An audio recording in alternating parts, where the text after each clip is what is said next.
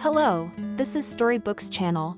New videos are posted every day. Subscribe and click the bell. Olivia walked slowly from the bus stop to the office.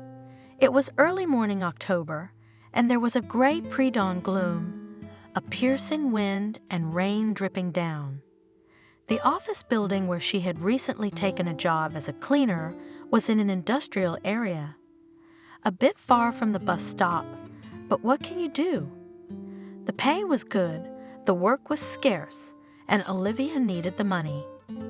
Now it's an hour and a half to work before the employees come, and rather to another office, located in the center of the city.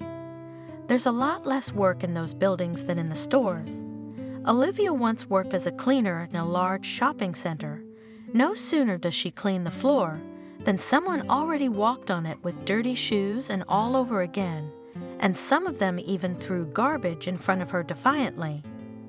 They say that she is a cleaner, so fulfill your duties. It was humiliating, but what choice did she have? It is necessary to live somehow, to raise a daughter, and count on no one, along with Ashley at each other, in the whole world. Sometimes it became so dreary, there was no reliable male shoulder. She had to do everything by herself. Olivia had never known any parental affection at all. She saw that mom and dad support, even many adults. Her neighbor, for example, can quietly leave her children at her grandparents' and rest. Her parents give her gifts and money, and just a kind word to support her in a difficult moment. Everything is easier when you know that you are not alone. And if something happens to her, what will happen to Ashley? After all, they have no relatives ready to take the girl in. Will she be sent to an orphanage? Olivia grew up in an orphanage and did not want such a fate for her daughter. Usually parents regret that their children grow up quickly. Olivia, on the other hand, rejoiced at every new birthday for her daughter, another year older. Ashley recently turned 10 years old. She is already in the 4th grade. By the way, an excellent girl, only 8 years old, and an adult, consider that independent. If God forbid, what and will cope on her own? But of course, Olivia wanted to be near her daughter as long as possible and give her everything she never had: warmth, care, love, support. Ashley is such a good girl. Olivia dreamed of higher education for her. She herself felt she could have studied and worked in a more qualified position than a cleaner, but that's the way life was. What can you do? Not everyone is lucky.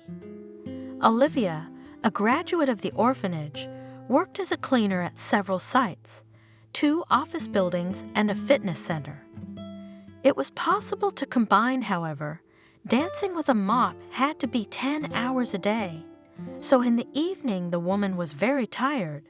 Her lower back ached and her legs hummed, but she had enough to live on, and even for small pleasures, in the form of goodies and extra outfits for Ashley. Olivia liked to dress up her little princess, but she didn't think about herself. Why? She didn't need to attract men. She had enough of an affair with Ashley's father to realize that personal happiness was not for her. Of course, sometimes she dreamed of a prince who would protect her and her daughter from all the hardships of life. But the woman realized that there are no such men. It's just an invented ideal image. Once Olivia tried to work as a salesman. The work seems to be less hard, and the salary is more, but quickly realized that it is not her.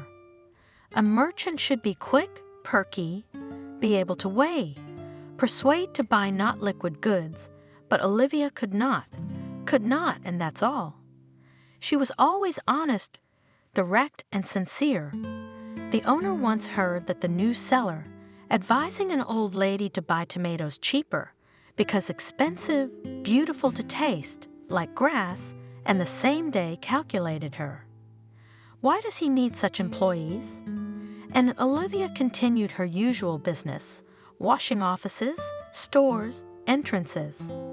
The locations changed, but the function remained the same. How long is the drive? The office staff got here by car. Everyone had their own car, even the very young girls and boys. Olivia saw them when she finished her work and walked in the opposite direction to the bus stop. The employees of the company were just arriving at the office, and among all the employees, one young woman in her mid-30s, her age, stood out.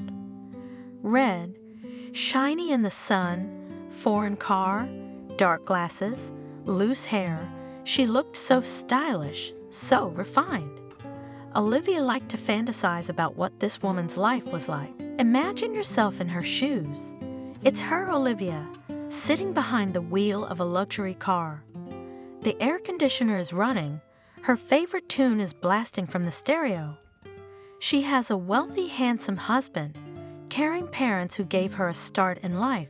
She is valued at work for her ability to make reports and plan competently. Ah, the dream life. And the building is still a long way off. Every morning Olivia had to get up at 5:30 to take the bus across town for an hour and then another half hour to get from the office stop. Olivia lived with her daughter on the outskirts of the city in a 5-story house. After graduating from the orphanage, she had been given a 1-room tiny apartment as an orphan, a small bedroom and living room, a 6-meter kitchen, a long-needed bathroom with humming pipes, creaky wooden floors, but Olivia was happy. After so many years of living in a common room, finally her own corner, separate. Olivia turned it into a cozy nest, a quiet harbor in which it was so pleasant to shelter from the hardships of life. Here she felt good and relaxed. She had her own home.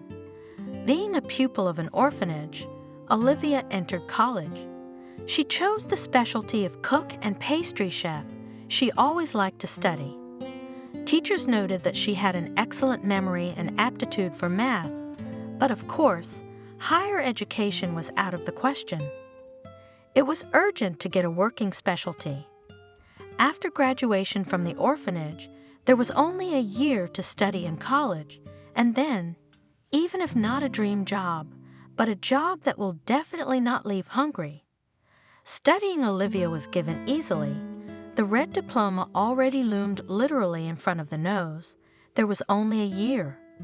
The girl lived then on a scholarship, plus a part-time janitor, but plans for a profession was not destined to come true, because in the life of Olivia he appeared, the fun-loving and seemingly kind and reliable Adam.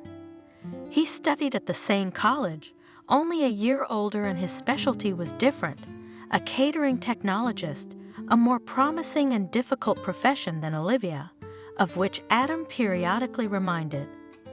After college, the guy was going to serve in the army and then to graduate. I will work for my uncle at the dairy. He is the head of the sales department. He will find me a good position. Adam shared his plans, and Olivia listened and thought that this is happiness. Adam is a real man. He thinks about the future. He has so many prospects, and he is so smart, and how logically he thinks. You can't go to waste with someone like that.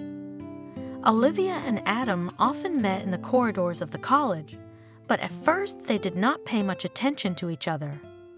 Olivia had liked him for a long time, smiling, lively, funny, witty, companionable, always surrounded by friends, and one day she ran into him in the same company. Her classmate was celebrating her birthday at the campground, and Adam was among the invitees. Olivia had already graduated from the orphanage and was settling into her new apartment. She felt happy and very grown up, independent. This feeling surrounded her head and created the illusion that the whole world lay at her feet. Adam, as always, was the center of attention. Many girls tried to flirt with him, but he only guffawed.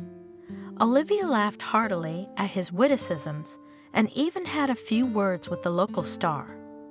He honored her with his attention, wow, and even agreed with her opinion, supported her in the dialogue, and then Then the unbelievable happened. It was already evening. Young people were having fun in the house rented for a day. Suddenly, Olivia became stuffy. She really wanted to go out into the air to enjoy the evening coolness and silence of the pine forest. She wasn't going to go far from the base, of course, just in case. She didn't want to become the heroine of some horror movie. Olivia decided to go down to the lake and sit on the shore for a while, listening to the crickets chirping and admiring the stars, large, bright, and somehow very close, the kind you don't see in the city. On a rickety ladder, Olivia went down to the water. There was a luxurious wooden bench, still kept the warmth of the sun, which warmed her all day. It was so cozy to sit on it and look at the ripples on the surface of the lake and mesmerizing, sparkling moon path. And then he came, Adam. He silently settled down beside her. Olivia looked at him in surprise. He smiled a charming smile and broke the silence. "Would you like some company?" He's still asking. Of course, Olivia was all for it. Adam himself condescended to her, a simple girl. He has so many college hotties around him, and he's sitting here with her. "Are you enjoying the party?" asked the guy. "It's fun," Olivia admitted. "But I like it better here. I've never seen such big stars. Haven't you ever been out of town?" "Of course I have," answered Olivia. The orphanages sent their children to camp every summer, but there was an early departure, so the girl was really admiring the starry sky for the first time, not clouded by the light of city lights. "It's beautiful." Adam agreed, staring up at the sky. "But you know what's even more beautiful here?" Olivia shook her head negatively. "You," the guy simply replied, looking his companion straight in the eyes. It was not the first compliment Olivia had heard in her life. Ever since she was a little girl, her teachers had told her that she was very pretty, but to get a compliment from a guy, and a popular one at that, that was something else. Olivia was even dizzy with surprise. Did Adam really like her? "I've been watching you for a long time," the guy continued. "You are very beautiful and yet modest, not like the others. I finally decided to tell you about it." Olivia could not believe her ears. So Adam had liked her all this time, but he'd been too shy to tell her. Well, he was just skillful at hiding his feelings. The girl could not even imagine such a thing. "I'm sick of these painted dolls, like a copycat." Adam continued, "And you're real. You're not like the others. That's why I'm attracted to you." I don't even know what to say." Olivia confessed honestly, but her eyes shone with genuine joy, and Adam understood everything without further ado. He carefully and very gently put his arm around her shoulders. He looked her in the eyes, made sure that she didn't mind, and kissed Olivia. The girl had recently turned 18, but this was her first kiss. Unlike the girls from the orphanage and her classmates, she didn't go out with boys and didn't hurry to grow up. But now Olivia felt really happy, loved, desired, unique. Adam was near her. Warmth and sympathy emanated from him. Tears suddenly came to her eyes.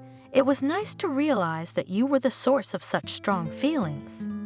After all, Olivia had never been so interested in anyone before, and now he was. "Let's go out," Adam simply suggested.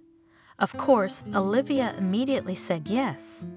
Nightingales sang in her soul. It seemed that life would now change 180 degrees, and everything would finally be fine. No more lonely evenings and longing for a soulmate.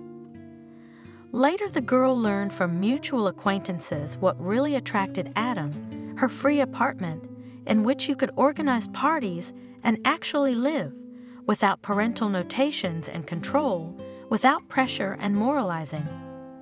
The guy knew that Olivia was from an orphanage, and that graduates are given a separate living space. That's why he appeared in her life, just at that moment. He wanted freedom from his parents, who always demanded something from him. The guy got everything as he planned. Adam moved into Olivia's apartment, and now his friends were often here. Neighbors looked askew. No one liked the noisy parties that the guy liked to arrange, but Olivia did not pay attention to the comments. Happiness overshadowed her eyes. Adam was caring and attentive at first, gave flowers, showered with compliments, praised Olivia's cooking. After a noisy feast, he always cleaned the apartment, emptied cans from behind the radiator, washed the floors, shook out cigarette butts in the trash. The guy showed Olivia his favorite movies. The girl did not like them at all, but to make her lover happy, she assured him that she was delighted with such movies. They walked a lot, laughed. Sometimes Adam was away on family business. Then in a neighboring town with his parents went to some relatives. Then with his mother flew to the sea. At these moments, Olivia was left alone and again felt unhappy and lonely. Adam did not introduce her to her parents yet.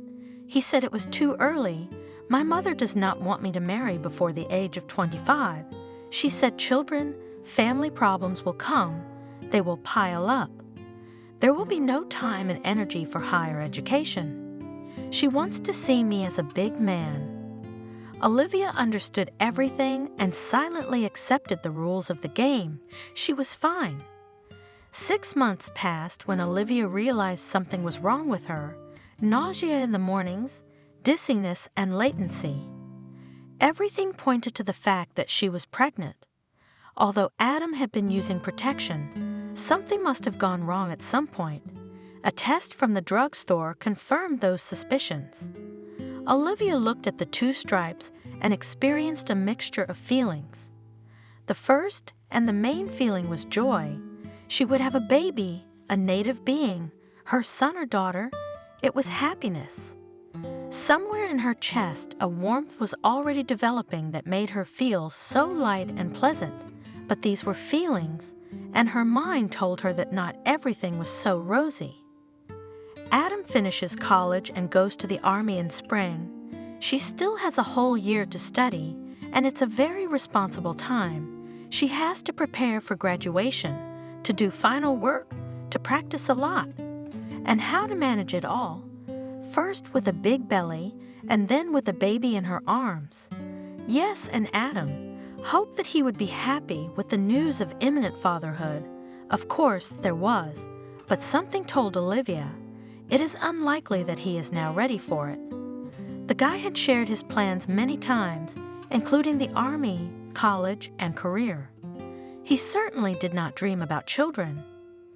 The girl for a long time did not dare to tell her. It was good that the guy made the decision to leave on his own, not having to kick that traitor out.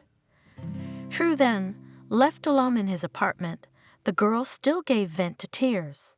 Of course, Olivia realized that it would be difficult, very difficult, but for the sake of the child she will cope. Adam then more than once called Olivia and approached her in college, persuaded her to abort, then promised a reward, then threatened, then painted pictures of the hopeless future of a single mother. The girl tried to avoid her former lover by all means. It is good that he has already graduated from college, and then in the army for a year goes, without him easier. Summer vacation came. When Olivia passed the session, the belly was not yet visible. No one and did not guess about her pregnancy. But in the summer everything became obvious. The term was already decent. Olivia had to update the closet. At the end of the summer, at the ultrasound at the women's clinics that the sex of the child, a girl, Olivia looked at the monitor and cried with emotion. She clearly saw the profile of her daughter, snub nose, convex forehead. It's just a miracle. The fetus is healthy and will be delivered around October 15. Indifferently informed the woman doctor. October 15, how many more things do we have to do before then? Olivia needed money, so she officially got a job. Now the girl not only worked as a janitor, but also washed the entrances. The salary increased several times, but there was also more work. It was hard for Olivia to work physically, but where could she go? She was lucky to be hired. At the interview, the girl carefully disguised her belly with a loose blouse. Then, of course, the boss told her everything. Came then, with a belly to work, got an official job, now the sick leave will go, then you will go on maternity leave. Do you realize you've set us up? All you orphanages are like that, clever and cunning. Olivia was silent. Of course, it wasn't good to hide the fact that she was pregnant when she was employed. It wasn't fair, but what choice did she have? Olivia did not need any sick leave. The pregnancy was surprisingly easy. She went on maternity leave at the right time, and then continued to clean floors unofficially. She needed to save as much money as possible. For the birth of her daughter, Olivia prepared thoroughly. She bought a crib, a stroller, clothes for the newborn. She didn't have enough money for a new one, and who cares? The main thing, very soon she will have a daughter, the only relative in this not cozy world. For her sake, Olivia will make mountains, and everything will be fine. The girl was born on October 15. Ashley immediately announced the labor room with a loud scream, which caused a stream of compliments, and from the midwife. How strong and healthy she is, and what a voice, and what a beauty. Olivia had long ago decided to name the girl Ashley. Olivia clutched her daughter to her chest, looked at her wrinkled red face. Tears rolled down the cheeks of the new mother. She could not cope with the feelings and emotions that overwhelmed her. Now that she had a child of her own, she understood her parents even less. How could they give up on her? Do these people now live quietly somewhere, knowing that they left their daughter, just abandoned at the train station, and fled? Olivia has vague memories of her early childhood. Sometimes she dreamed of something from those distant times, but all as if in a fog. No wonder, because when the policeman found Olivia at the train station, frightened and frozen, she was only 3 years old. The woman still remembered that moment. She was alone among a crowd of people. Everyone is in a hurry. The train is rumbling loudly nearby. She is scared and very hungry. A pack of stray dogs running past. For some reason, Olivia remembered these animals best of all, large, dirty, with tangles of bunched-up hair on their sides, but it was not them that the girl was afraid of. She was afraid of being alone. Before that, there had been grown-up people with her grown-up, probably parents. They had ridden trains together, run somewhere, sat on dark, cold staircases with crowds of people scurrying up and down them. Sometimes one of them would drop a coin into the box next to Olivia. The woman still remembered that small detail, the clinking sound of the coins hitting the bottom. As she grew older, she realized that her parents must have been asking for alms. But why? What had happened? Why did they not work, but picked up? Olivia did not look like a gypsy, blue eyes, light blonde hair. The police tried to look for the girl's parents, but the investigation was fruitless, so Olivia became a pupil of an orphanage at the age of 3.5. From her relatives, she had only a name and a pendant in the form of a key, a silver piece of jewelry on a simple cord. It was around her neck the day she was found at the train station. Olivia knew her own name very well, even at the age of 3, and confidently told it to the policeman, but the surname and address the girl, unfortunately, has not yet memorized. Olivia tried to remember the names of her parents, but nothing worked. But once she knew them exactly. Apparently, she had lost some of her memory due to stress. Stress had a devastating effect on the foundling. Finding herself in an unfamiliar environment, Olivia suddenly stopped speaking, as if she had become numb. Psychologists and speech therapists tried to work with her, but nothing helped. In the end, the child was abandoned and diagnosed with mental retardation. The disease scared away potential adopters from the pretty girl, so in childhood Olivia never found a new family. True then, after almost 10 years, Olivia came to her senses, thawed, speech returned, but it was too late. Teenagers are of little interest to adopters. They prefer babies. Until the 7th grade, Olivia was in a remedial class. After the return of speech, it turned out that she is very capable and speaks beautifully, and complex problems can solve. Teachers and educators were surprised, but what could they do? Yes, the girl is talented, but the time was lost. After the 9th grade, the administration sent Olivia to study at a culinary college. You are a smart girl, you will finish, and then, if you want, go to the university to study further, and so at least specialty bread in hand will be. Hungry will not stay hungry. Doris, the director of the orphanage, reasoned aloud. Olivia agreed with her. The girl was standing in Doris's office and nervously rubbing a pendant, the one from her past life, which she hardly remembered. The pendant. Olivia had cherished it as the only link between her and her family. It must have been worn around the little girl's neck by kind, caring hands. So someone loved her after all, if they made such a gift. There were some pleasant feelings associated with the pendant. Olivia felt as if she had asked someone to buy it for her. The little girl liked the key on the string very much. She was jumping on the spot and begging to make her a present. But who? Someone tall, kind. Face is lost in the fog, but it is clear that this person's smiling mom, dad, uncle, family friend? It's hard to live without roots and without at least some information about relatives. Who is she? Where did she come from? How was her childhood? Does she have any siblings? What happened to her? And why did her parents abandon her, leaving her at the train station?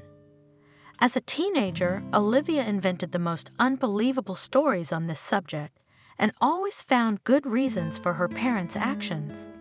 They were pursued by bandits who wanted to take away Olivia's influential father's business, and Mom and Dad left her at the train station to save their daughter from the massacre. The girl imagined that she was taken by gypsies to beg for alms. By the way, the police worked on this version for some time, but no ends were found. I didn't want to think that she was the daughter of alcoholics and marginalized people who just didn't need a child, even though it was the most plausible option. How many of you are such babies? One of the educators was lamenting, looking at Olivia. I have a lot of experience, and in almost all cases, when babies were found at train stations and markets, their parents turned out to be unworthy people. You're lucky to be alive. You could have fallen on the tracks under the train, or dogs would have dragged you away, because such cases happen. The little girl Olivia did not believe that her parents could be one of those miserable creatures that sometimes came to the orphanage to visit their children. Skinny, wrinkled, ragged, with swollen faces, many without teeth. They always smelled pungent and unpleasant. Freaks! The nurse was indignant. They only need the children for their allowance, so that they have something to drink on. When they run out of money, they immediately remember their parental duty and come crawling back for their children, and children in these families are only misfortune. They'd be better off here in the State House. You probably have the same mom, and your dad may not even know about your existence.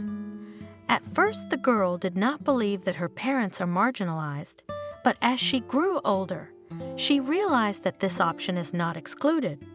Except for the silver pendant, such a beautiful, exquisite thing. Well, could not lowered creatures, like those that sometimes crawled into the orphanage, to choose a child such a piece of jewelry? Olivia cherished the pendant as the apple of her eye and even went to bed with it around her neck. One day the girl found that the jewelry was gone. She was still in the 3rd grade and did not speak. What had hysterics through, a small, quiet girl, Olivia still remembered the despair that came over her at that moment. It seemed that along with the pendant, the hope for the future, for meeting her parents, for everything to be all right, was lost. Olivia was screaming, convulsing, unable to eat or drink. When her strength left her, she just sat in the corner, swaying and howling softly. One of the caregivers realized what was wrong. While the doctor and teachers were trying to cope with the little girl, the woman rushed to the gym, where Olivia had recently had a class, and found the pendant.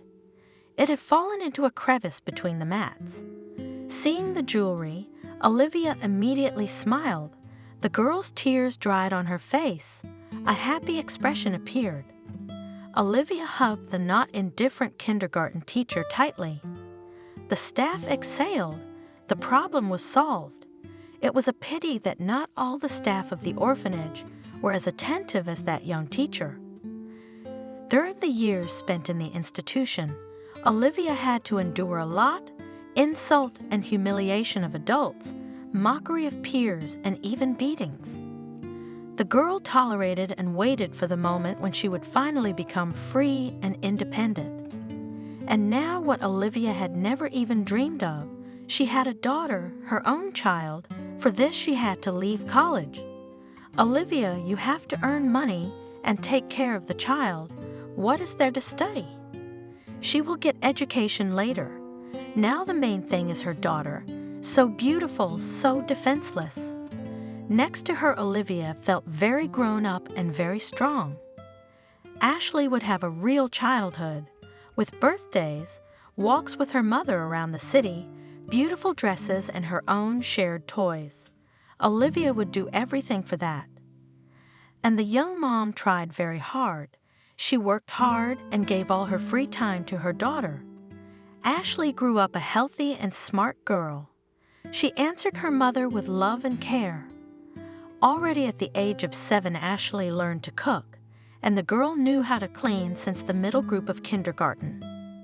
The little girl saw how hard it was for her mother and tried to help her in everything, and she also studied well. Ashley did not need to force to do homework. 4s were rare guests in her diary. Adam never once took an interest in the child, but Olivia did not expect miracles. She no longer believed in them. Once she met the father of her daughter in the mall. He was walking in the arms of a pretty girl, smiling his trademark charming smile, looking fascinated companion in the eyes. How familiar was all this? Young Olivia had once lost her head at such behavior from Adam, and he had turned out to be a traitor and a coward. Probably, this pretty girl was going to be disappointed too. Olivia even felt a little sorry for her. Of course, the woman realized that there would come a moment when Ashley would ask her questions about her father, and she had no idea what to say to the child. She certainly didn't want to lie, and she didn't want to keep quiet either. Olivia knew exactly what it was like to live without knowing anything about her parents. Her daughter, of course, was luckier. She had a mother. But it was important to know about her father, Ashley, too. How complicated is this? Olivia hoped her daughter wouldn't be approaching her with a serious conversation anytime soon.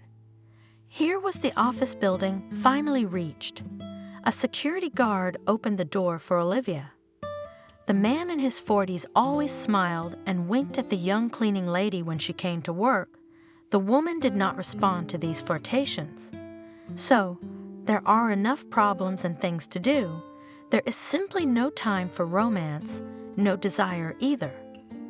The building, as always, greeted Olivia with silence and semi-darkness. The employees are probably just waking up and starting to get ready for work, and before they arrive, they have to wipe the floors in the corridors and offices. The equipment and uniform room was under the stairs. Olivia entered it, put on a robe, tucked her hair under her headscarf, looked at herself in the mirror. She is not yet 30, but what a tired look, and these dark circles under the eyes. Something must be done about it. Should I buy some face cream? On the neck glittered her favorite jewelry, the same silver key. Olivia still did not part with the pendant from the past. It became for her a kind of talisman. It seemed that the little key was a protection from all troubles and misfortunes. I wish I knew who had put it on her the first time. Would it remain a secret forever? Smiling at her reflection, the woman took a bucket and a mop and went to the top floor. She always started cleaning from the top. Sebastian sat in his office working on the next report that the accountant had brought him to sign. The figures were pleasing. His construction company was thriving. Profits were steadily increasing. The number of clients was growing. Things were going up, and that was fine. Sebastian, can I make you some coffee? Kathy's secretary, a nice girl, came into the office. The daughter of his former classmate could not find a job after college. Sebastian did not refuse. His friends and acquaintances often addressed him with such requests. He himself had very young children, but as young children, school children. Jordan was in the 8th grade. Nora was finishing the 5th. Wonderful, cute guys. Wife Adriana did not work after the birth of their first child. She devoted herself to her children, took them to developmental classes from an early age, and their heirs were also seriously involved in sports, their son in hockey and their daughter in rhythmic gymnastics. All this, of course, required a lot of investment, time, money, and effort. As for the financial side, Sebastian fully provided for the family from start to finish. Everything else was on Adriana's shoulders, and the results were impressive. From time to time, his wife invited Sebastian to competitions and tournaments where the children always demonstrated excellent results. The man was proud of Jordan and Nora and loved them and his young wife very much. Business, financial stability, a large, cozy house, a friendly family, smart and beautiful wife, always understands everything, no scandals, supports. It would seem, what else is needed for happiness? But Sebastian could not call himself happy. Lived in his soul pain, which will never go anywhere, and the man was well aware of it. Sebastian had once had a completely different life. Then he worked at the factory as a milling machine operator and was happy with a salary that was only slightly higher than the average for their provincial town. But the man at that time was very proud of himself and was happy and carefree. Sebastian could not afford, as he does now, an expensive saloon car or a vacation abroad. He paid the loan for an imported refrigerator and invited his wife to a restaurant, only on holidays. Not Adriana. Then Sebastian was married to a neighbor girl, Doris.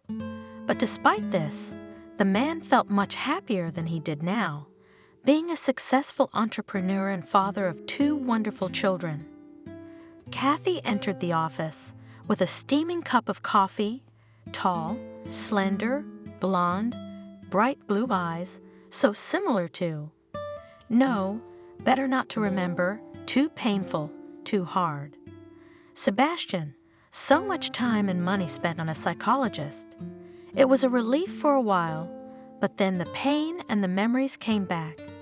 You just have to learn to live with it. Sometimes Sebastian managed to do it. There are so many things to do, so many daily worries and troubles. The firm requires a lot of time and attention. Children every day please with new successes. Loving, beautiful wife distracts with talks about the future. So nice to make plans and dreams together with her. In this whirlwind, heavy thoughts for a while retreated, but it was worth to stop for a while or to see something that reminded of those times, some insignificant detail, as the experienced nightmare came with a new force, like now. Kathy had just brought coffee, and in the midday sunlight, her beautiful blue eyes shone especially brightly. Sebastian immediately thought of other eyes, curious, loving, wide open, and just as blue. They were the eyes of his oldest daughter, his girl, who was now older than Kathy. The last time he saw her, she was 3 years old. Now Olivia is 29 years and 3 months old. Sebastian mentally set the candles on her birthday cake every year, and of course he knew exactly the age of his oldest daughter. That she was living somewhere now, perhaps under a different first and last name, the man had no doubt. The facts said otherwise, but the father felt Olivia was alive, except that finding her was unlikely. He had tried then, and years later too, but no trace of Olivia had ever been found. Guilt and irreparable loss became Sebastian's constant companions. His happiness after the incident was never complete. Sebastian could name the exact day when he last felt calm and relaxed. It was the date of Olivia's disappearance, Sunday, his day off. That day, Sebastian had decided to give Doris some rest. Olivia and I will go to the ponds, walk there, feed the swans, and you rest, because you complain about being tired all the time, said the caring husband, Doris. How great! Sincerely pleased wife.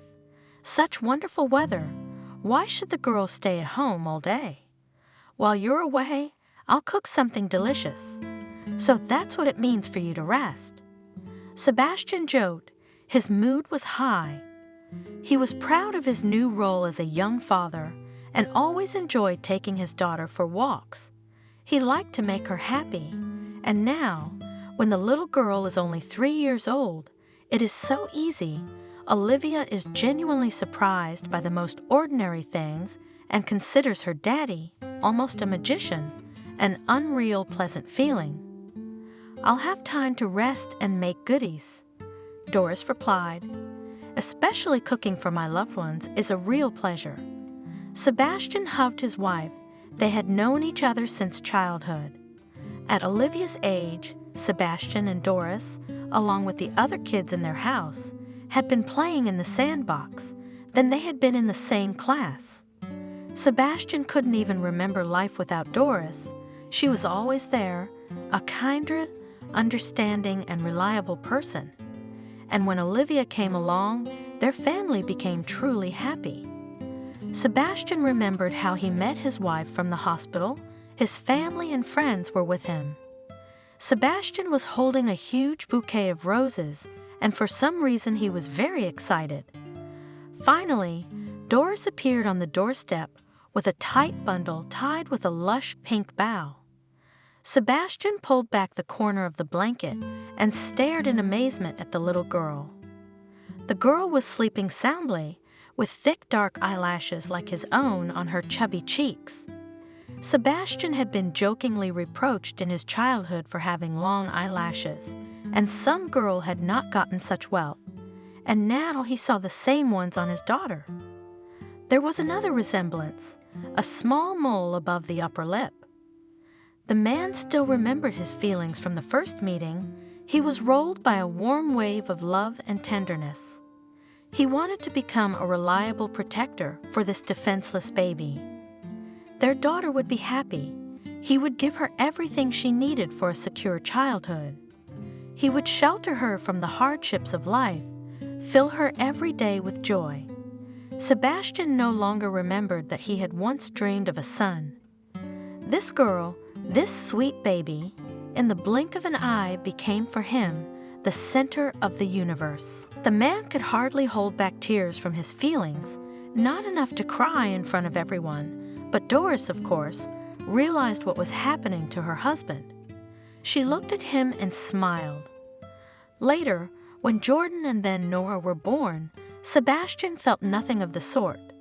Sure, he was happy to have a son and a daughter, but the feeling that the world had turned upside down, that didn't happen. Maybe because Sebastian was already an adult, an established man with a sad past? Or was the novelty effect missing, like when you meet your firstborn? Either way, Sebastian was much more relaxed about the birth of his youngest child than he was about Olivia. The man himself chose the name for his first daughter, Olivia. Doris did not object. She liked it too. The couple together took care of the newborn. With joy and amazement watched the development of the baby, proud of her successes. She was evolving. Sebastian shouted in delight when the daughter stood up in the crib for the first time by herself, on not yet firm legs, and how much joy there was from the first steps, complimentary feeding, another vaccination, a new hairstyle. Everything became a grand event for loving parents. And then Olivia spoke early. She was not even 1.5 years old. The realized word that said the girl was daddy. The father's pride and joy was unbounded. He was ready to tell everyone and everyone that his adored daughter now addresses him properly. Someone said that if the child said the first word daddy, then the next child would be a son. Sebastian, on the one hand, of course, dreamed of an heir, but on the other hand, it would have to share the attention, which now goes to his favorite daughter, with another child. No, perhaps it is too early. Let Olivia be the only princess in their family. The girl grew up fast. It's already been 3 years since Sebastian took her from the hospital. This third day of birth of his favorite child, the man remembered forever. After all, the next time he had already blown out the candles on Olivia's birthday cake, just mentally, 4 candles. Then guests came to their apartment, grandparents on both sides, brother Sebastian and his daughters, and sister Doris and her sons. It was noisy and fun. Olivia was so happy about the holiday and presents, hugging everyone in turn, laughing gleefully, playing with cousins and sisters, and Sebastian admired his princess, and once again amazed at how much she resembled himself as a child. And he was not the only one who noticed it. Olivia, of course, was everyone's favorite, and not even because of the fact that she was the youngest in a large family.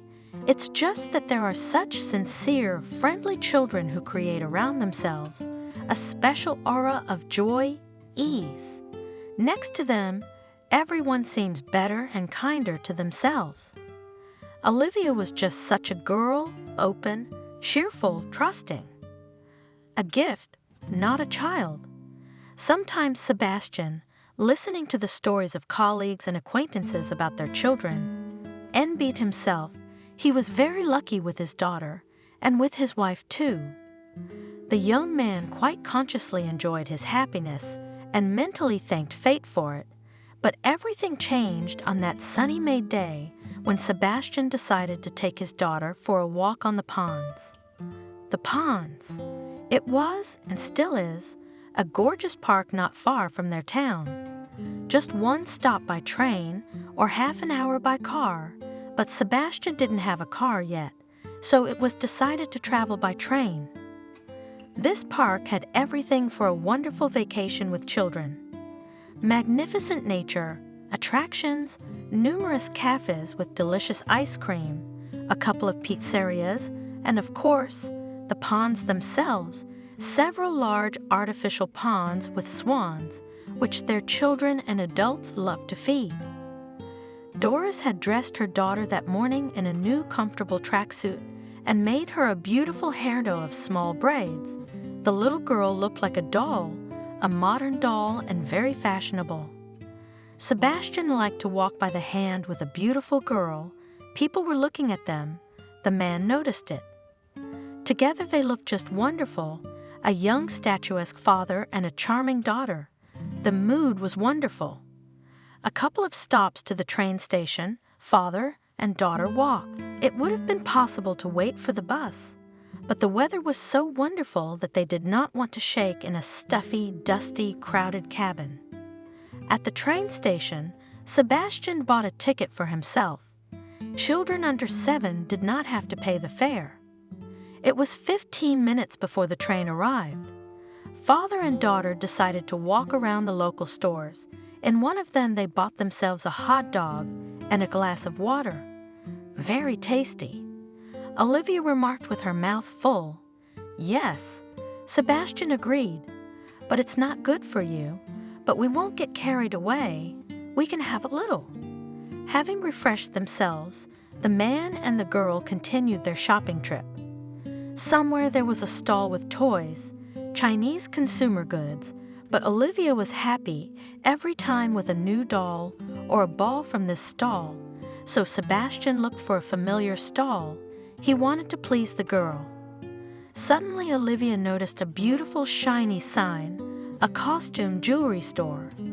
Recently, the little girl realized her belonging to the female gender, loved her mother's cosmetics and jewelry. The girl recently used up her wife's favorite perfume, just poured a bottle of expensive perfume on her jacket, and she also begged her parents to pierce her ears to wear earrings like Lucy from kindergarten. The wife was going to take her daughter to this procedure next weekend.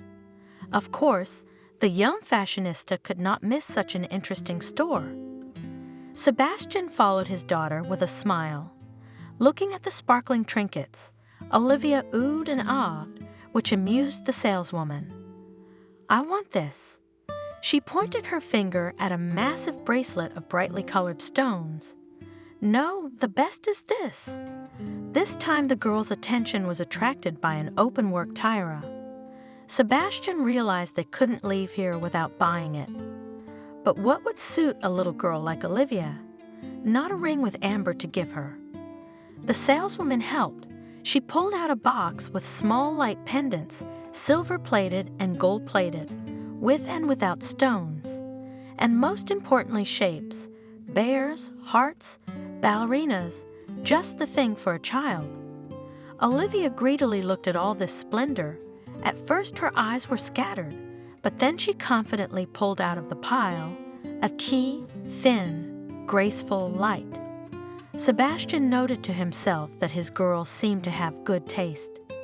"Excellent choice." The saleswoman smiled. "It's silver. I'll find you a lanyard to match it, so you can wear it around your neck." Olivia left the store happy. She thanked her father and the salesman 1,000 times. And now she was walking along the platform, and on her neck was a lanyard with a silver key. The girl carried herself like a real lady, and Sebastian marveled. Women seemed to have a love of jewelry in their blood, since such a tiny girl was happy with a silver pendant. Sebastian and Olivia had a wonderful time at the ponds, feeding the swans, riding the carousel, eating ice cream and pizza. Sociable Olivia, as always, made new friends and played with the children on the playground for hours. Time flew by. It was time to go home. The train was coming. Olivia reluctantly said goodbye to the girls and boys she had had so much fun with. Taking her father's hand, she obediently walked with him to the station. Among the crowd waiting, Sebastian immediately noticed them, 3 boys in their 20s. They behaved insolently and swaggeringly, swearing, not at all embarrassed by the presence of small children, and no one dared to reprimand them. It was more expensive. Sebastian also kept silent, better to stay away from such subjects, not enough to fight in front of Olivia. He can't let his daughter go through that kind of stress. So Sebastian prudently moved away from the suspicious company. Unfortunately, the trio turned out to be their neighbors on the carriage. In the train they behaved just as insolently and swaggeringly. The guys sat at the other end of the cabin and did not miss the opportunity to tease any of the passengers. People tried not to respond. They realized that this would be an excuse for more active and obviously unsafe actions on the part of the troublemakers. Sebastian looked thoughtfully at the fields and forests running past. The sun was beginning to set. Olivia was tired from the walk and the experience and had fallen asleep. She was so sweet, so defenseless. Sebastian smiled, looking at his daughter. He wasn't going to wake her up. When the train arrives at the station, the man will gently take her in his arms and carry her home, as he has done many times before. The girl is still so small, so light, just like a piece of fluff. Is it possible that one day this button will turn into a grown-up girl? Surely she will be a real beauty, with those blue eyes. If you want to smoke, you'll have to go out into the vestibule. While the daughter is asleep, you can take advantage of the situation. The man covered the girl with his jacket. At that moment, he could not think that he was doing it for the last time. It seemed to leave for only a couple of minutes. What could happen in this short period of time? The peaceful clatter of the wheels was soothing, bringing back memories of his own childhood, when he'd traveled with his father on the train, just as Olivia was now. But only not for a walk in the park, but to the village to his grandparents, now his father himself. The door opened abruptly, and the same three guys who had been making noise on the platform and in the carriage came out into the vestibule. Sebastian tensed. Something told him that this was no accident. Nothing good could be expected. One of the guys asked for cigarettes. Sebastian didn't object and handed them 3. "Thank you." Exaggeratedly polite was the requester's reply. Apparently the leader, and even bowed gracefully. Sebastian nodded and was about to leave, but he was blocked by the oldest of the group, a man of about 30.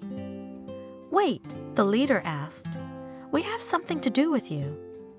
At the station we saw that you have a lot of money in your wallet, so why don't you share it with us?" Sebastian realized that there was no way to avoid trouble now, so he gave them the money. But where's the guarantee they'll back off after that? And then, if he honored their request, his family would have nothing to live on for the rest of the month. Get into a fight? But the odds are stacked against him, and Olivia would be frightened. While the man was pondering, the ringleader decided for him. He gave Sebastian a fist in the jaw with a swing. The man's eyes flashed brightly, and he became dizzy. The man, not thinking about what he was doing, automatically retaliated. Sebastian boxed from the age of 10 to 16. The left hook was excellent. The attacker grabbed his head, staggered, almost fell, but the man was immediately attacked by 2 other scumbags. The blows came from all sides. Sebastian was hit in the head, kicked in the back, in the stomach. He couldn't stay on his feet, slumped down on the cold, dirty floor of the vestibule. He tried to cover his head with his hands, but the feet and fists of the hooligans still found a target. At some point, the man realized that he was passing out. There was a strange ringing in his ears, and his eyes went dark. Sebastian fell into a frightening but salutary blackness, where there was no pain or fear. He woke up in the hospital, opened his eyes, and immediately closed them again. The whiteness of the walls and furniture, coupled with the bright sunlight penetrating the room through the open window, was blinding and gave him a headache. He was in a hospital room, his whole body aching as if a train had recently run over him.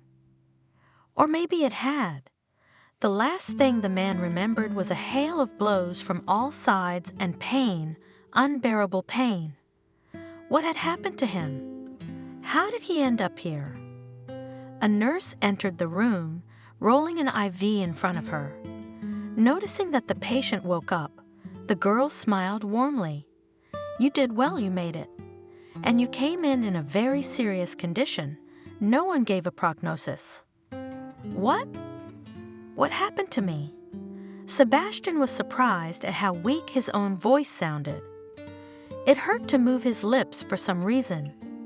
"You were attacked in the vestibule, beaten and robbed, then thrown off the train at full speed. It's a miracle you survived. And your daughter?" "I had a little girl with me, my daughter." Anxiety suddenly squeezed Sebastian's heart with an icy hand. The pain and horror of what had happened receded. All this suddenly seemed unimportant. The main thing was to find out where Olivia was now. The daughter? The nurse lowered her eyes. "You will talk to your wife about it later. Now you should rest and gain strength. The injuries are serious and—" "Call your wife," Sebastian demanded. He had to know Olivia's fate at all costs. "I'll call her and let her know you're awake," the nurse promised. "Visiting hours are from 4 to 7. She'll be there for sure. No visitors are allowed in the ICU, but the head doctor will make an exception for you." "Why?" "Well, your case is special," the nurse answered evasively. Sebastian barely waited for Doris to arrive, while he was tormented by uncertainty and speculation. Olivia woke up, didn't see her father, must have cried, attracted the attention of the conductor. She, of course, took her to the police. They found Doris, and she took the girl away. Oh, his little girl was scared. It's all his fault. Why did he leave the girl alone? Couldn't he have waited till he got home? The man was overcome with questions. Why didn't the nurse tell him his daughter was all right? And what did that mean, a special case? The nurse said his wife would only be allowed to see him because it was a special case. What does that mean? Doris burst into the room at 4 o'clock sharp, pale, thin, with shot hair, not at all like his calm and always well-groomed wife. The young woman seemed to have aged dramatically. Deep shadows lingered under her eyes. Her features were sharpened, and her eyes, they were alien and frightening, with despair and terror frozen in them. "Where is Olivia?" Sebastian was the first to ask, struggling to rise on his elbow. Looking at his wife, he wasn't sure he wanted to hear the answer. "She's gone." Tears rolled from Doris' eyes. She's gone. Do you understand? You've come to your senses. That's good, because now you can remember some details that will help you find her." "Missing how?" Sebastian's voice trailed off into a falsetto. The realization of what had happened came over him in heavy waves, making him dizzy. Everything that was happening was like a horror movie or a dream, a nightmare. "Our daughter disappeared without a trace. The police are looking for her, interviewing witnesses, but so far, no leads. The men who beat you up have been found. They're in jail. They're investigating you, but they had nothing to do with Olivia's disappearance. We know that for a fact. Sebastian had only himself to blame for everything that happened. Why had he gone to the ponds with his daughter that day? How could he leave her alone even for a minute? Why hadn't he avoided a fight with 3 scumbags for her sake? The physical wounds healed relatively quickly, but the mental wounds did not. After what had happened, Sebastian was no longer the same person. The weight of guilt pressed down on him with an unbearable weight. The police searched for Olivia. The whole city and neighboring stations along the train route, several months were pasted with photos of the girl. There were witnesses who saw a similar little girl in the company of 2 dirty, ragged women. They asked for alms in the crossing, but this thread led nowhere. Sebastian and Doris lived in anxious anticipation, the unknown depressing. The wife did not accuse Sebastian directly, but she did not object when the man called himself names for leaving the child alone. At the time, Sebastian wished he had a time machine, wishing he could go back to the fateful evening. He would hold Olivia's hand, would not let go for a second. The man couldn't even look at the cigarettes now. The couple shuddered with each call. They gave hope and fear. What if now they would tell them that everything was over, that nothing could be fixed? Time passed. The investigation did not move. Olivia was considered missing. The unknown is exhausting mentally and physically. Sebastian could not sleep, and if he forgot to sleep, he had nightmares. The same happened to Doris. After about a year, my wife couldn't take it anymore, packed her things and went to her parents. "I can't be in this apartment. It's too hard, with her things and you here," Doris explained. Sebastian didn't try to hold her back. He realized that she blamed him for what had happened to her daughter, and he agreed with her. Who else was to blame but him? Sebastian was left alone in an empty apartment, once so cozy and warm. Nothing brought relief, neither walking 20 kilometers a day, nor immersing himself in work. Sebastian couldn't eat, he couldn't eat. Immediately I thought, I'm sitting here in the bright kitchen, in front of a plate of pasta, and where is Olivia now? What is she eating? How is she feeling? Sebastian began to doubt that his daughter was alive after 3 years of fruitless searching. By then, he had become a shadow of himself. The man knew from mutual acquaintances that Doris had been hospitalized, unable to withstand the strain. He felt that he himself was close to the same. Salvation came unexpectedly. One day a neighbor from the second floor, a marginal man about 40 years old, came to the fire with a bottle of cheap booze. Sebastian found a snack. The feeling dulled. The world shone with new colors. The man for the first time in several years experienced something like relief. However, the morning despair and guilt came with a new force. This was joined by a hard hangover, but Sebastian already knew what to do.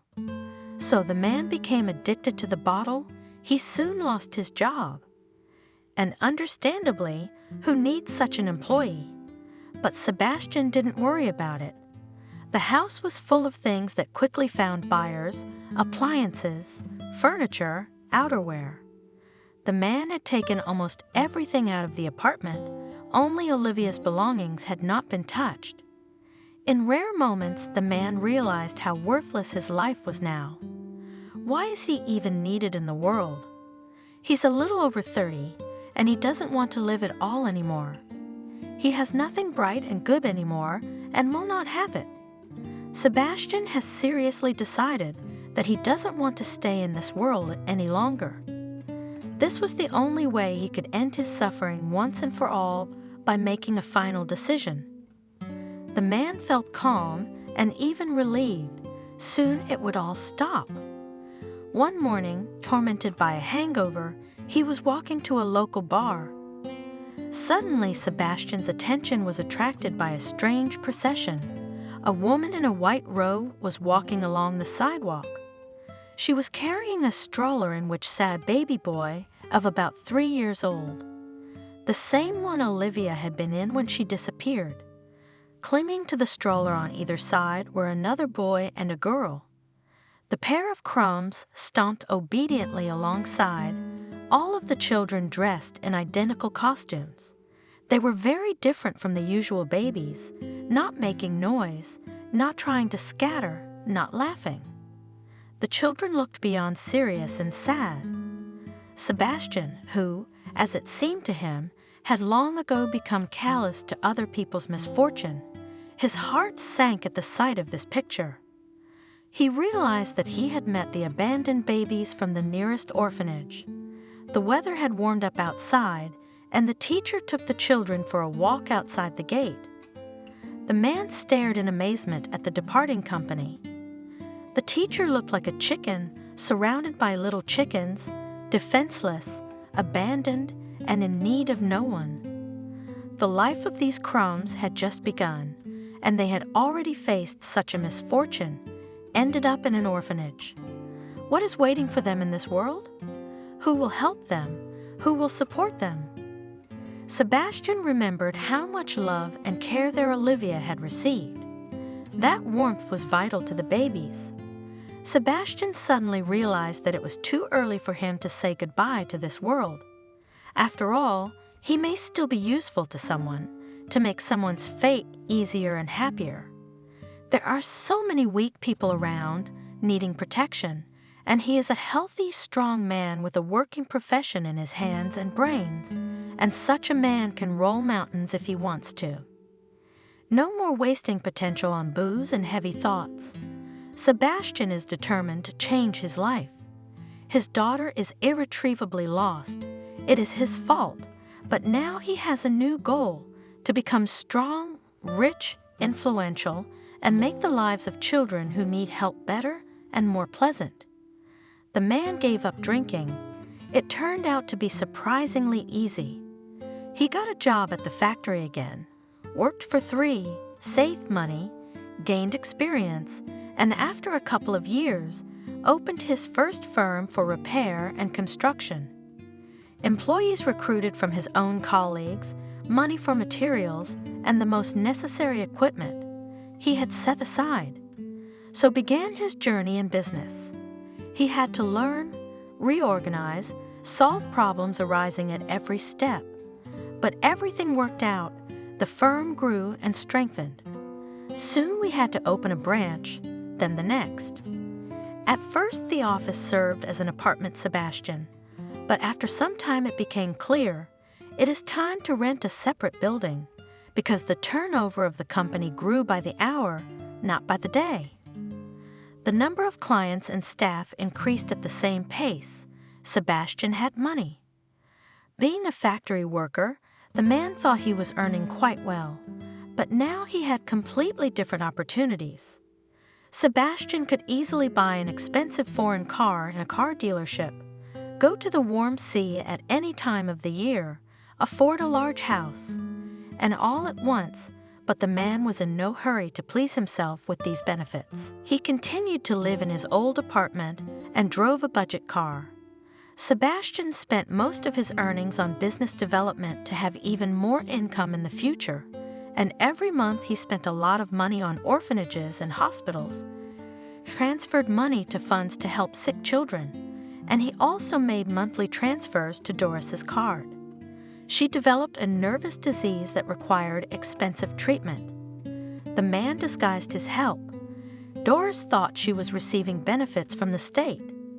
Sebastian was not sure that his ex-wife would accept money from him. By the way, Doris remarried to a lowly library employee, a guy much younger than herself. They had a son. It would seem that the woman's life was getting better, which Sebastian was very happy. But the disease did not recede. The man knew from mutual acquaintances. Someone did not understand the successful businessman, considered him abnormal. It's a joke. Such sums of money regularly spent, it is unclear on what, but most people around Sebastian respected him for his generosity and kindness. Of course, around a wealthy and successful man led a lot of hunters for his heart. Beauties of different ages sought to get the favor of a talented businessman, even quite young and handsome at the same time, but Sebastian remained indifferent to the admirers. It seemed that in his life there is only work and help people who need it. Years went by. Sebastian's company became one of the most successful in the city. The man's name appeared on the list of the richest men in the state, and now he lived in a country house. He liked this area, quiet, calm, no one noises under the windows, and no one working with a drill from morning to night. The man often visited the orphanages, played with the kids, assessed the situation, learned about the needs of the orphanages. Sebastian looked closely at the faces of abandoned children, especially girls who looked like Olivia. What if his daughter had been raised in a similar place? Sebastian realized, of course, that even if she was, Olivia was already an adult. He would not find her here. On one such trip, Sebastian met an incredible girl. Adriana had been volunteering since she was a teenager, first in animal shelters and then in orphanages. The staff praised the responsible student. From the words of the staff, Sebastian realized that the girl spends every free minute in the orphanage, plays with the kids, comes up with interesting developmental activities for them, and even does the most difficult work, which often causes squeamishness in older people, caring for children who cannot walk. Such indifference is rare among today's youth. Summarized the director of the orphanage. I don't know what we would do without Adriana. We are very short of hands. She is our lifesaver. Sebastian wanted to talk to the selfless girl. She was very pretty, tall, swarthy, with big brown eyes in which shone pity and kindness. An unusual and very appealing combination. The The girl was in graduate school at the Faculty of Foreign Languages, preparing to get a degree. She needed languages to work for an international volunteer organization, and a degree would allow her to teach and convince students to help those in need. While Adriana's peers dreamed of a successful marriage, she herself dreamed of working with starving African children. Adriana was a young woman, only 6 or 7 years older than Olivia, but Sebastian felt a kindred spirit in her, just as he did. The girl could not pass by another's misfortune. She did not leave indifferent, helpless children in need of support. Adriana turned out to be a very interesting conversationalist. She knew a lot about many things. Her judgments were deep and wise beyond her years. Sebastian caught every word of his new acquaintance. She also enjoyed talking to him, and it was very noticeable. One day, Sebastian realized that he had fallen in love. He had never imagined that after everything that had happened to him, such a thing could happen. The man fell asleep and woke up with thoughts of Adriana, with impatience and even inner trepidation, waiting for meetings with her. Sebastian tried to hide his feelings. He is much older, and even with such a weight of guilt on his shoulders. Why would a fresh young girl need all this? She has so many plans, so many aspirations. Yet the man felt that she cared for him too. Adriana was the first to confess her love. They were just helping to unload a car with boxes of baby food for the children of the orphanage. The purchase was paid for by Sebastian. It so happened that in the kitchen, where the director asked them to take the boxes, they were all alone. I couldn't hide it any longer. Adriana suddenly made up her mind. She looked into Sebastian's eyes. You. Anyway, I think I love you and I don't know what to do with all this now. It's unexpected and very pleasant. Sebastian smiled. The girl's words made a strong impression on him, and the man was even confused. The last time this had happened to him had been a long time ago. I know exactly what it looks like. Adriana continued, lowering her eyes. Another girl trying to seduce a rich man. You what? Sebastian gently took her palms in his hands. Could you even let me think that? Couldn't I? My friend, when I told her what I thought exactly that, and she complimented me on my wisdom. So this friend doesn't know you at all. Sebastian was glad to be able to finally tell Adriana how he felt. You're the most incredible person I've ever met. Smart, kind, caring, sincere.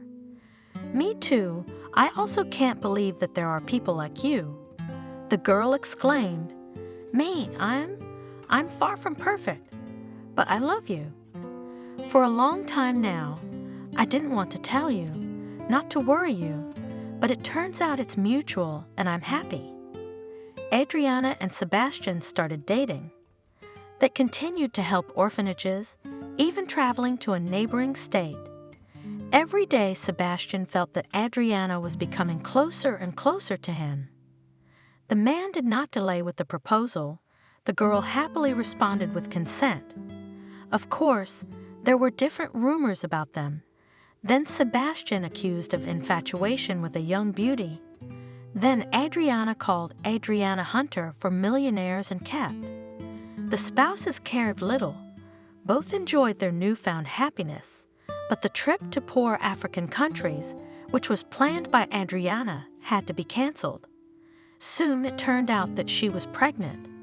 Sebastian, of course, was happy to know that he would soon become a father, but at the same time he was awakened in fears that had been dormant. Would he be able to protect this child? What if the story with Olivia happened again? Of course, Adriana knew what had happened to her husband's first daughter. The spouses were frank with each other and tried to live without secrets and secrets. The woman supported and comforted her beloved as much as she could. Jordan was born, and a few years later Nora was born.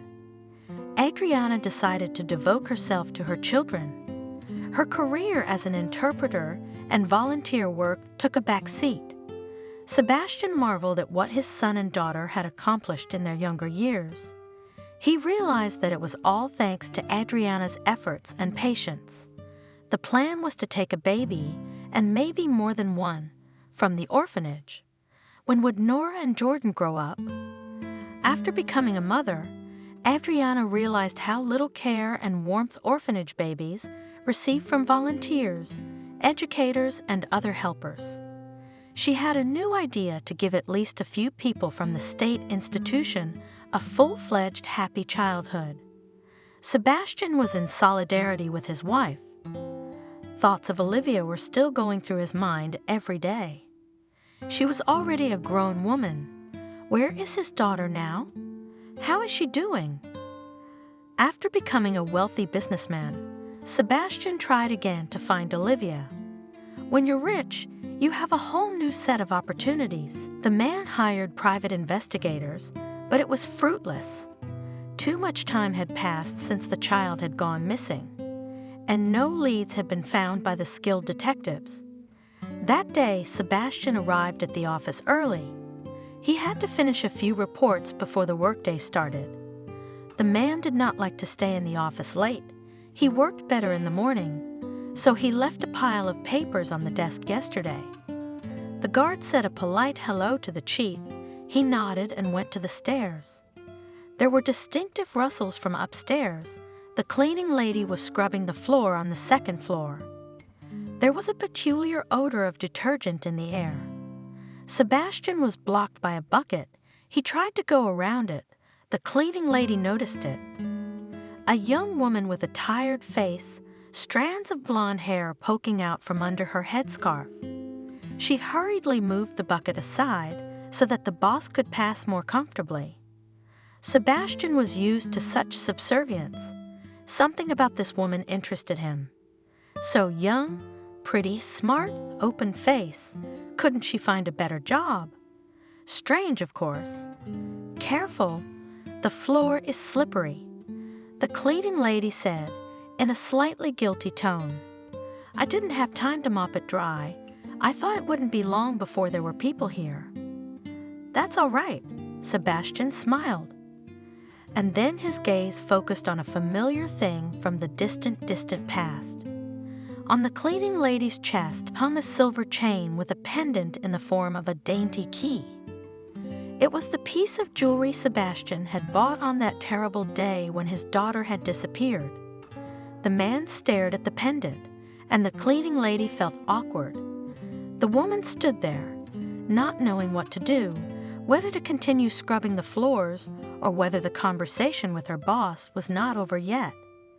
Sebastian looked closely at the woman's face, big blue eyes, a mole above her lip the same as his.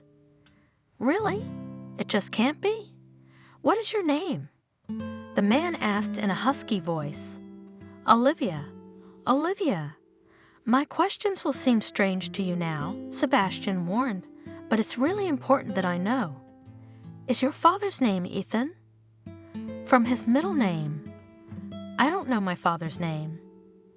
The woman stared at the chief with wide, surprised eyes.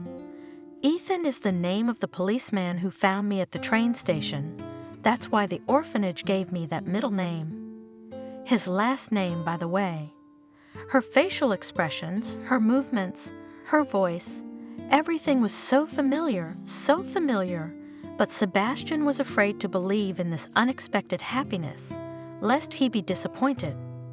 He invited Olivia to his office, where their conversation continued in a more appropriate setting. Sebastian discovered that Olivia had been found at the age of 3 at a train station in a town hundreds of kilometers away. The girl herself remembered little from the stress she'd been under. At least she gave her name, but that was it. Adults tried to find out more about the family and the fate of the child, but they failed. From the stories of eyewitnesses and fragmentary memories of the girl herself, formed more or less plausible version. Olivia was born in a marginalized family. Relatives drove the girl to different cities and earned by asking for alms, and then the little girl grew up. She no longer caused the former pity of passers-by and adults for lack of need left her at the station. And this jewelry? Sebastian pointed his finger at the pendant. Where did you get it from? Do you remember? I think it was given to me by one of my parents. I had it on me when they found me at the train station. I always thought it was strange that someone loved me once. You don't give such beautiful things to children you don't care about, do you? Olivia. Sebastian finally decided to voice his speculation. I must tell you my complicated story. Listen and you'll understand why I'm acting so strangely. And Sebastian told the woman in the chair across from him the story of his lost daughter. Olivia grew paler and paler as he told the story, nervously rubbing the pendant around her neck or a strand of hair that had fallen out from under her headscarf. I think I'm even sure that you are my daughter. Finally, the man finished. I want to believe it so badly. Tears came to Olivia's eyes. But I'm afraid of being wrong, and I'm afraid of being disappointed. We could do a DNA test to be sure, but I don't need one. Sebastian's voice was trembling. He wanted to hug Olivia tightly, but he did not know how his daughter would react to it. After all, she did not know him at all, and did not believe in what had happened to the end. Of course, the analysis confirmed the parentage. Olivia and Sebastian felt it even without the laboratory tests, but this way they had proof. Sebastian felt incredibly relieved. Life was bright again. The man had already forgotten what it was like. The weight that had been weighing on him all these years was finally off his shoulders. There was Olivia, his wonderful, beautiful daughter. What's more, he's already a grandfather with a granddaughter, Ashley. It was an amazing feeling. His daughter had had a hard time in life. Listening to her stories, Sebastian felt despair that he could not protect her then from all these hardships. But now everything would be different. Olivia would no longer have to suffer. He would still be for her, and for her granddaughter, a reliable protection and support. With Olivia and the certified DNA test result, Sebastian arrived at Dora's house. She was crying, laughing, hugging her daughter. Olivia seemed to remember her mom. She snuggled up to her and cried too. Doris was visibly on the mend after the arrival of her daughter. Sebastian arranged for Olivia to join his company as an assistant manager. He created a position specifically for his daughter. She had to sort documents, keep track of the schedule of events, something like a secretary. At the same time Olivia was studying at the university by correspondence. The life of a woman before meeting her father was difficult. She did not get an education. Now she was making up for lost time. She liked her studies very much. Olivia and her daughter now lived in her father's mansion. Ashley quickly became friends with Jordan and Nora. The children had fun, and their laughter never ceased. Adriana accepted Olivia and Ashley like family. She was happy that her beloved husband was no longer tormented by guilt. At first, Sebastian was afraid to go to sleep. It seemed that he would wake up and find that the meeting with Olivia was just a dream. He could not believe that there were such coincidences, and there were many coincidences in history. Olivia had gotten a job at his company, not some other company. Sebastian arrived at the office earlier than usual and noticed the pendant around the cleaning lady's neck. Incidentally, the daughter could have lost the jewelry 100 times over the years, but she kept it and, moreover, wore the key around her neck at all times. Without the pendant, Sebastian would hardly recognize Olivia as an employee. There's no such thing as coincidence. Adriana replied to her husband when he shared his thoughts with her. It's all a chain of regularities. Everything happened the way it was supposed to.